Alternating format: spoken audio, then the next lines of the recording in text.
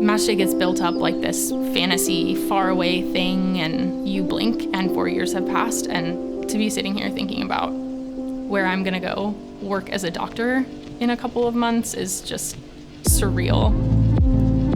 According to legend, in the kindergarten book, when they asked everybody what they wanted to be when they grow up, I said doctor. I think I was 3 or 4. In high school and undergrad. As long as I can remember, I wanted to go into medicine. Growing up, like watching Dr. G, medical examiner, at night with my dad, like thinking it was so cool. My mom was a surgical nurse. Through the Take Your Child to Work days, playing with the instruments is what really kind of got me interested and fascinated. The first memory I have of wanting to be a doctor was when I was in first grade. I held a human brain in one of our enrichment classes, and it came in like an ice cream tub. That was like the really weird memory that I have of it. I grew up here in St. Louis, and just a lot of people around me face different types of healthcare complications or a distrust with the medical system. I remember telling my counselors and the people in my family, like, I want to be a doctor, and they're like, great for you. We don't really know how to help because we don't really have people from around here doing that. I'm the first in my family to go to college, the first from my high school to do something like this. I was one of those kids who I never got really good at one specific thing because I tried so many different things. If you asked me when I finished high school if I was going to be Dr. Buck, I probably would have told you, yeah,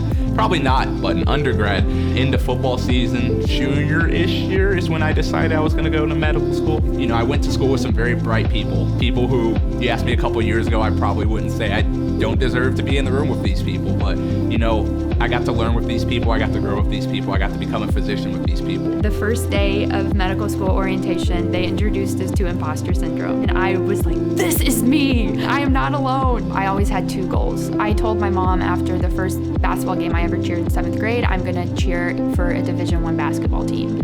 And I always knew I wanted to be a doctor. My grandfather had Lou Gehrig's disease, 12 years old. One afternoon we were doing his trach change. All of a sudden the vent didn't work. And so we had to take turns bagging him through the trach. I realized I probably do have what it takes to handle these stressful situations. I came to SLU as an undergrad, 4-year member of the SLU cheer team. I used to straighten my hair while watching biology lectures to get ready for games. I am from a really small rural area. I didn't know a lot of doctors growing up, but the ones that I did were pillars of our community. And it's a community that doesn't have a lot of resources and doesn't have a lot of money. Saw the difference that they made, and I knew that I wanted to be a part of it.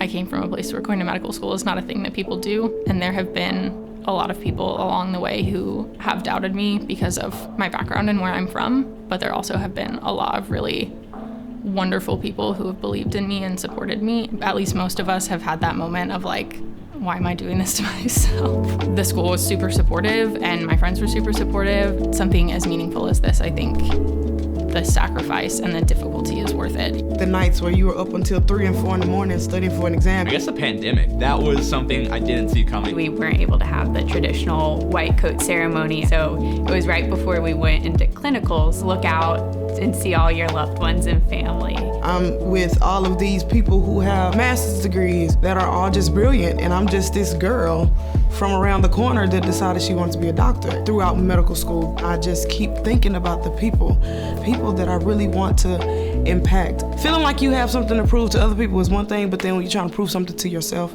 that's another.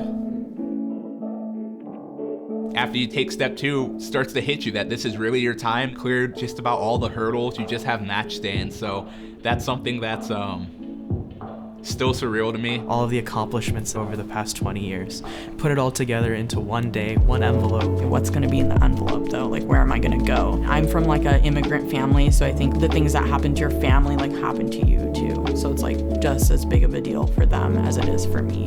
The support that they've given me, I think they're proud of me.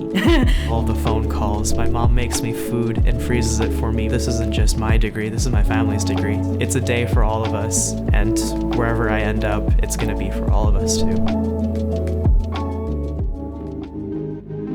You know, I'm the only child from a single parent home. Along this journey, for me, my mom has really just been keeping me, afloat. I'm really gonna try not to cry.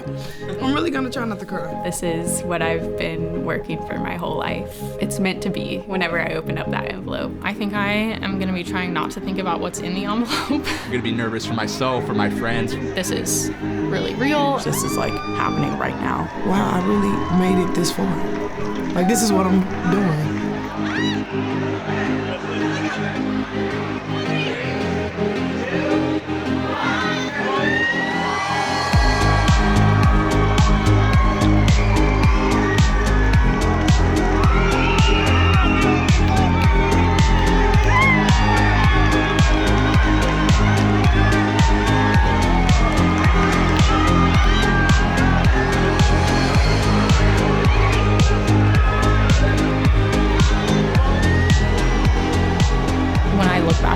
The journey that our classes had together, it has been an honor to be a part of it, and the relationships that I've made and the classmates that I have leaned on through all of that, I think that those bonds change you and make you better and make you stronger and make you capable of bigger things.